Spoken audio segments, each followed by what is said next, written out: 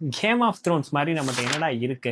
அவங்க மேக்கிங்க நம்ம கொண்டு வர 10 இயர்ஸ் ஆகலாம், 20 இயர்ஸ் ஆகலாம், 50 இயர்ஸ் ஆகலாம் அப்படின்னு சொல்லிட்டு என்னோட ஃப்ரெண்ட் வந்து என்ட்ட சொன்னான்.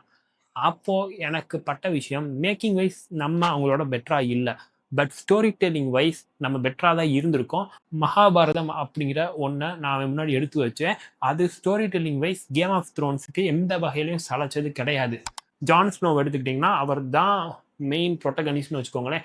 அவர் வந்து நாடால பிறந்தவரு, பேஸ்டர்டா வளருவாரு. இங்கிட்டு அப்படியே பார்த்தீங்கன்னா கர்ணன். குந்தியோட மூத்த மகன் கர்ணன் தான். ஆனா கடைசில தான் இது தெரிய வரும். அவன் போர்ல நான் வந்து நண்பனை விட்டு கொடுக்க மாட்டேன், நான் இந்த ஸ்டாண்ட் தான் எடுப்பேன் அப்படின்னு சொல்லிட்டு துரியோதனன் சைடு நின்று போரிட்டு இறந்து போவான். அவன் நினைச்சிருந்தா மொத்த கிங்டமே எடுத்திருக்க முடியும். ஆனா கர்ணன் அதை பண்ண மாட்டான். இங்கிட்டு ஜான் ஸ்னோ அதே தான்.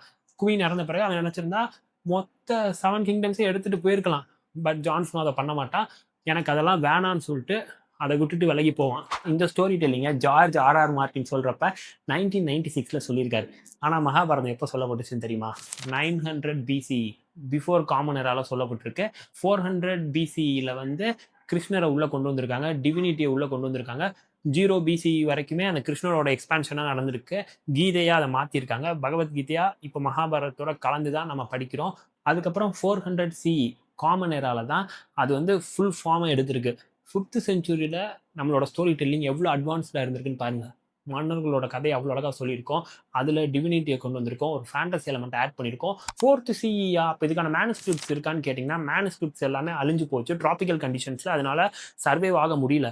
பட் இருந்த போதும் அப்படி பார்த்தா கூட இப்போ இருக்க மேனுஸ்கிரிப்ட்ஸ் வந்து 1000 to 2000 இயர்ஸ் ஓல்டுன்னு சொல்கிறாங்க. அப்படி பார்த்தா கூட நம்ம ஸ்டோரி டெல்லிங்கில் பயங்கர அட்வான்ஸாக தான் இருந்திருக்கும்.